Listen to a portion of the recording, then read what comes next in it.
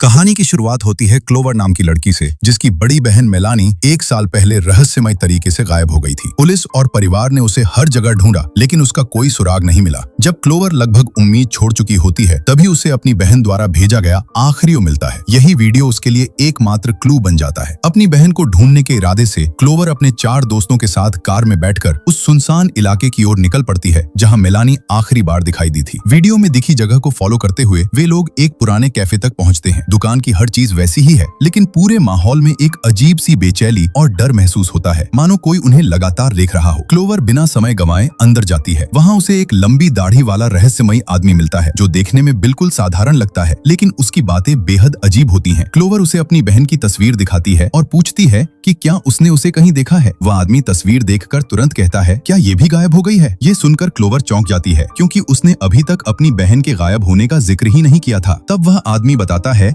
कि पिछले कई सालों में बहुत से लोग अपने लापता रिश्तेदारों को ढूंढते हुए यहाँ आए थे, लेकिन कोई भी वापस नहीं लौटा। वह एक रहस्यमयी जगह ग्लोर वैली का नाम लेता है और कहता है कि वहीं सबसे ज्यादा लोग बिना किसी निशान के गायब होते हैं। यह सुनते ही क्लोवर बाहर भागती है और अपने दोस्तों को उस जगह का पता बताती है। सभी दोस्त बिना देर किए वहाँ जाने का फैसला करते हैं। रास्ते में अचानक तेज बारिश शुरू हो जाती है। बारिश इतनी भयानक होती है कि सामने की सड़क तक दिखाई नहीं देती। तभी कुछ ऐसा होता है जो उनकी जिंदगी हमेशा के लिए बदल देता है। अचानक बारिश रुक जाती है, लेकिन आसमान पहले जैसा नहीं रहता। चारों तरफ अजीब सी खामोशी फैल जाती है। वे लोग कार रोककर नीचे उतरते हैं और महसूस करते हैं कि वे किसी दूसरी ही दुनिया में आ चुके हैं। उनके मोबाइल फोन पूरी तरह डेड हो चुके होते हैं। नेटवर्क का नामो निशान नहीं होता। थोड़ी दूर जमीन पर एक पुराना क्रॉस बना दिखाई देता है और जिस रास्ते से वे अंदर आए थे, वहाँ अब पानी की एक विशाल दीवार खड़ी होती है। बाहर निकलने का कोई रास्ता न देखकर सभी लोग सामने दिखाई दे रहे पुराने मकान की तरफ बढ़ते हैं, लेकिन क्लोवर उस रहस्यमयी पानी की दीवार के पास रुक जाती है। तभी उसे कोई धीरे धीरे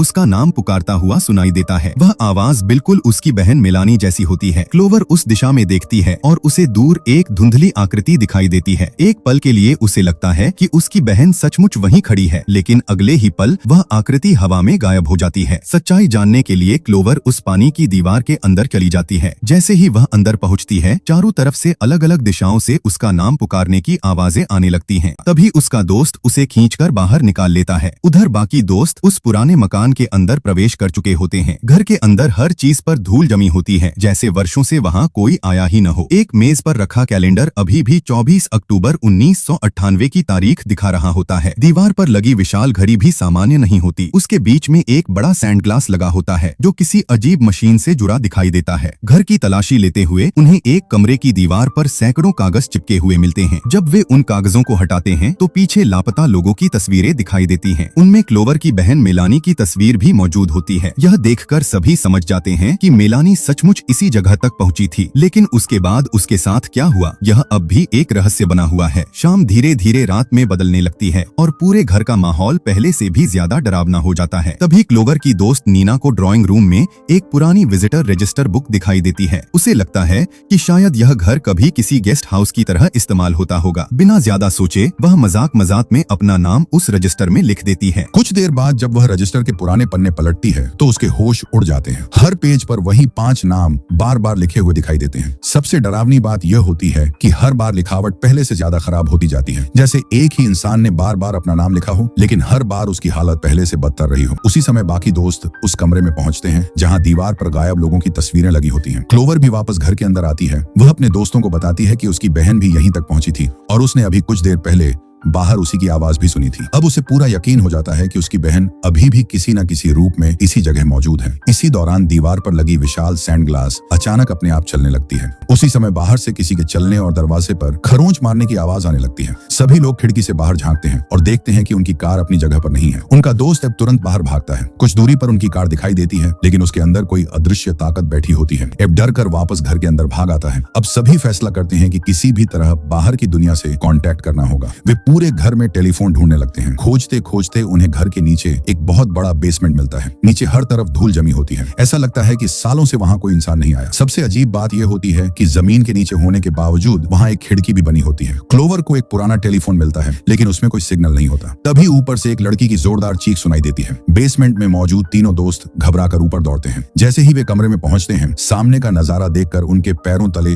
जमीन खिसक जाती है। एक भयानक क्लाउन उनके दोस्त एब की बेरहमी से हत्या कर कर चुका होता है। उसका चेहरा किसी इंसान जैसा नहीं बल्कि किसी नाइटमेयर जैसा दिखाई देता है। उसी पल दूसरी तरफ उनकी दोस्त भी उसकी शिकार बन जाती है। अब पूरे घर में अफरा तफरी मच जाती है। सभी जान बचाने के लिए अलग अलग दिशाओं में भागने लगते हैं। क्लोवर का एक दोस्त मौका देखकर पीछे से कुर्सी उठाकर क्लाउन के सिर पर हमला करता है, लेकिन क्लाउन पर इसका कोई खास असर नहीं होता। अगले ही पल वह उसी दोस्त को भी बेरहमी से मार देता है। अब सिर्फ क्लोवर और उसकी एक दोस्त जिंदा बचती हैं। दोनों घर के अलग अलग हिस्सों में छिपने की कोशिश करती हैं। एक लड़की अलमारी के अंदर छिप जाती है, लेकिन क्लाउन को जैसे सब कुछ पहले से पता हो, वह सीधे उसी अलमारी के सामने पहुंचता है और बिना एक पल गंवाए उसकी भी जान ले लेता है। अब पूरे घर में सिर्फ क्लोवर बचती है। डरी हुई क्लोवर किसी तरह घर से बाहर निकलकर घने जंगल की तरफ भागती है, लेकिन तभी पीछे से वही क्लाउन फिर उसके सामने आ जाता है। अब बचने का कोई रास्ता नहीं बचता। उसी समय घर के अंदर लगी सैंड ग्लास की आखिरी रेत भी नीचे गिर जाती है। पूरी घड़ी जोर से घूमती है और फिर जो लोग कुछ मिनट पहले मर चुके थे वे सभी अचानक दोबारा जिंदा हो जाते हैं। उनके शरीर बिल्कुल ठीक होते हैं, लेकिन पिछली मौत का दर्द और हर याद उनके दिमाग में पूरी तरह मौजूद होती है। यहीं से उन्हें पहली बार समझ आता है कि वे किसी साधारण हॉन्टेड हाउस में नहीं बल्कि एक ऐसे डेथ लूप में फंस चुके हैं जहां मौत अंत नहीं बल्कि अगली नाइटमेयर की शुरुआत है। सभी लोग दोबारा जिंदा हो जाते हैं, लेकिन इस बार किसी की याददाश्त नहीं गई होती। अब उन्हें समझ आ जाता है कि वे एक खतरनाक डेथ लूप में फंस चुके हैं जहां हर बार मरने के बाद वही रात फिर से शुरू हो जाती है। लेकिन इस बार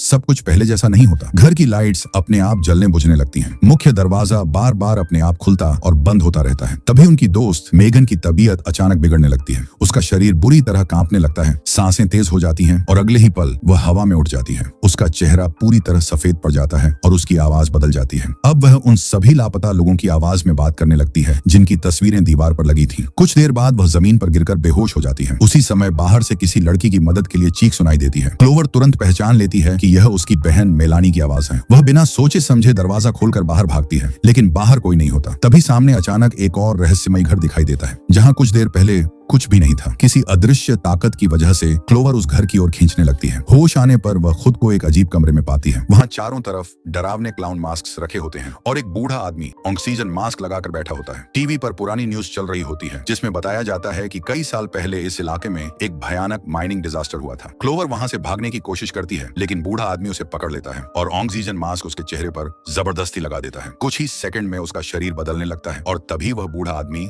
राख बनकर बिखर जाता है। इधर क्लोवर को ढूंढते हुए उसका दोस्त उस घर तक पहुंच जाता है, लेकिन जैसे ही वह अंदर आता है उसके सामने मास्क पहने क्लोवर खड़ी होती है। वह अब पहले जैसी नहीं रही। अगले ही पल क्लोवर उसी पर हमला कर देती है और उसकी मौत हो जाती है। दूसरी तरफ एब और उसकी दोस्त फैसला करते हैं कि अब किसी का इंतजार नहीं करेंगे। दोनों कार लेकर उस जगह से भागने की कोशिश करते हैं, लेकिन जैसे ही वे पानी की दीवार पार करते हैं उनके सामने एक विशाल डरावना मॉन्स्टर खड़ा हो जाता है। मजबूर होकर उन्हें वापस लौटना पड़ता है जहाँ क्लाउन उनका इंतजार कर रहा होता है। कुछ ही देर में दोनों भी मारे जाते हैं। एक बार फिर सैंड ग्लास का समय पूरा होता है और सभी लोग दोबारा जिंदा हो जाते हैं। इस बार वे समझदारी दिखाते हुए घर के सारे दरवाजे और खिड़कियां बंद कर देते हैं और बाथरूम में छिप जाते हैं। तभी नल में अचानक पानी आने लगता है। सभी प्यासे होते हैं, इसलिए बिना सोचे वह पानी पी लेते हैं। लेकिन कुछ ही मिनटों बाद एब के शरीर में अजीब बदलाव शुरू हो जाते हैं। उसका शरीर तेजी से फूलने लगता है और अगले ही पल जोरदार धमाके के साथ फट जाता है। सभी घबरा जाते हैं। थोड़ी देर बाद वही जहरीला पानी बाकी दोस्तों की भी जान ले लेता है। आखिर में क्लोवर और उसका दोस्त समझ जाते हैं कि अब बचना नामुमकिन है, इसलिए वे खुद अपनी जान दे देते हैं ताकि अगला लूप शुरू हो सके। मरने से ठीक पहले क्लोवर को फिर वही कैफे वाला रहस्यमयी आदमी दिखाई देता है। इस बार वह सिर्फ एक बात कहता है, अगर सिर्फ खड़े रहोगे तो कभी जिंदा बाहर नहीं निकल पाओगे। यही बात क्लोवर के दिमाग में बैठ जाती है और उसे एहसास होता है कि इस डेथ लूप से बाहर निकलने का रास्ता कहीं ना कहीं जरूर छिपा हुआ है। मरने से पहले कैफे वाले रहस्यमयी आदमी की बात क्लोवर के दिमाग में रह जाती है। अगली बार जिंदा होते ही सभी लोग बेसमेंट में छिपे पुराने रिकॉर्ड और फाइलें खंगालना शुरू करते हैं। वहीं उन्हें पता चलता है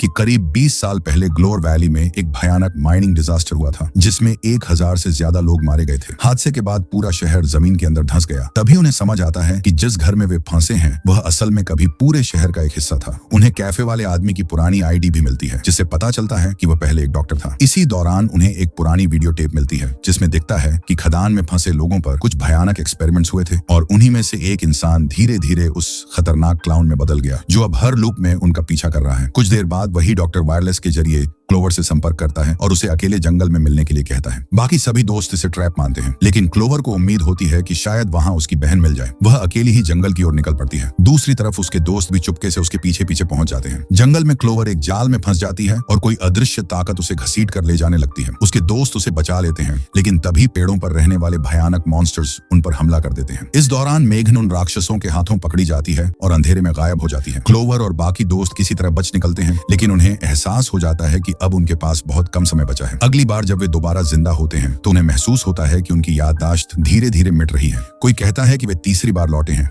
कोई 5वीं बार, लेकिन विजिटर रजिस्टर सच्चाई बता देता है। उस पर उनके नाम 13 बार लिखे हुए होते हैं, यानी वे पहले ही 12 बार मर चुके हैं और अब यह उनका फाइनल चांस है। तभी उन्हें मोबाइल में पुराने वीडियोस मिलते हैं। उन रिकॉर्डिंग से पता चलता है कि हर बार मौत के बाद भी कोई ना कोई सुराग छूट जाता था। सबसे बड़ा क्लू यह मिलता है कि कैफे वाला डॉक्टर हमेशा बेसमेंट के एक रहस्यमयी दरवाजे से बाहर जाता था। अब सभी तय करते हैं कि उसी रास्ते का पीछा करेंगे। इसी बीच पूरे इलाके में वार्निंग सायरन बजने लगती है और चारों तरफ से डरावने मॉन्स्टर्स घर की ओर बढ़ने लगते हैं। चारों हथियार उठाकर बेसमेंट के अंदर उतर जाते हैं। अंधेरी सुरंगों में उनका सामना दर्जनों राक्षसों से होता है। दूसरी तरफ क्लाउन भी उनका रास्ता रोक लेता है, लेकिन इस बार सभी मिलकर उसका सामना करते हैं। अब उसकी ताकत पहले जैसी नहीं रहती और आखिरकार वे उसे हमेशा के लिए खत्म कर देते हैं। उधर क्लोवर एक गुप्त कमरे में पहुंचती है जहां मेगन कैद होती है। वहीं कैफे वाला डॉक्टर उसका इंतजार कर रहा होता है। वो बताता है यह पूरी जगह इंसानों के डर से अपनी ताकत लेती है और क्लोवर ही इस पूरे डेथ लूप का केंद्र है। लेकिन क्लोवर उसकी बातों में नहीं आती। वह चुपके से उसकी कॉफी में ऊपर से टपक रहे जहरीले पानी की बूंदें गिरा देती है। जैसे ही डॉक्टर वह कॉफी पीता है उसका शरीर फट जाता है और उसी के साथ इस डरावने खेल की असली ताकत भी खत्म होने लगती है। क्लोवर तुरंत चाबी लेकर मेगन को आजाद करती है। अब सभी दोस्त तेजी से बाहर निकलने लगते हैं। पीछे से सैकड़ों मॉन्स्टर्स उनका पीछा कर रहे होते हैं और सैंड ग्लास की आखिरी रेत भी नीचे गिर रही होती है। इसी तरह सभी लोग सीढ़ियां चढ़कर जमीन के ऊपर पहुंच जाते हैं। जैसे ही आखिरी दोस्त बाहर निकलता है सैंड ग्लास का समय खत्म हो जाता है। उसी पल सारे मॉन्स्टर्स चीखते हुए गायब हो जाते हैं। आसमान साफ हो जाता है और पानी की वह रहस्यमयी दीवार भी टूट जाती है। आखिरकार पांचों दोस्त अपनी कार में बैठकर उस शापित जगह से हमेशा के लिए निकल जाते हैं। उन्हें लगता है कि अब सब कुछ खत्म हो चुका है, लेकिन फिल्म का आखिरी सीन एक नया ट्विस्ट लेकर आता है। कैमरा एक पुराने मॉनिटरिंग रूम की तरफ जाता है जहां अब भी वही कैमरे चालू होते हैं जो पूरे समय उन पर नजर रख रहे थे।